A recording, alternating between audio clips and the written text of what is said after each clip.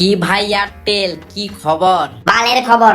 শালা তোর দেখা দেখে আমিও রিচার্জের দাম বাড়ালাম, আর এখন ভুগতে হচ্ছে। লোভে পাপ, পাপে মৃত্যু। তুই শালা বিরোধী পার্টি, আমাদের সাথে কথা বলবি না। হ্যাঁ? এত চিন্তা কেন করছিস ভাই এয়ারটেল? এখন তো বেশি টাকা ইনকাম করবি। বাল ইনকাম করব। যে কটা কাস্টমার ছিল সেগুলো ডেলি বিএসএনএল এ পোর্ট হচ্ছে। ঠিকই বললি, আমার তো আরো বেশি।